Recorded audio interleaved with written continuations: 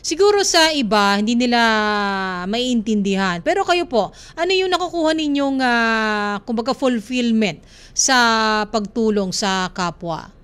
Sige po, ako muna and then Hope.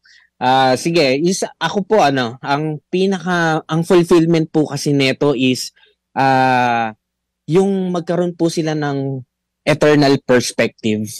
Yun po yung kasi yung burden ko ngayon at namin lahat is to have a perspective that's beyond dito po sa buhay natin dito sa mundo. Kasi truly ang yaman natin dito ay ang presensya ng Panginoon. By the time na tayo ay humarap sa Kanya, ay kilala niya tayo at kilala din natin siya. Mhm. Sa iyo, Hope. Kay Miss Hope. Tama po kayo, no? But until you understand siguro what Jesus said, go and make disciples of all nations, mahirap po talagang i-sustain yung pagsasagawa ng mga mission trips na ito, Miss Jed. Para sa aming mga volunteers at missionaries, we just follow what Jesus said. Yun po ano po yung nasa Biblia.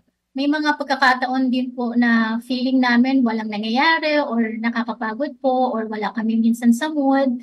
Pero po para sa amin, ang yung pagtulong, hindi kasi siya basic kung ano yung nararamdaman namin.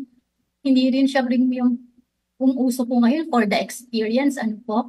Hindi po ganoon. We do this because we love God and we know that God loves us. At itong love din na itong sinishare namin sa mga taong pinupuntahan po namin.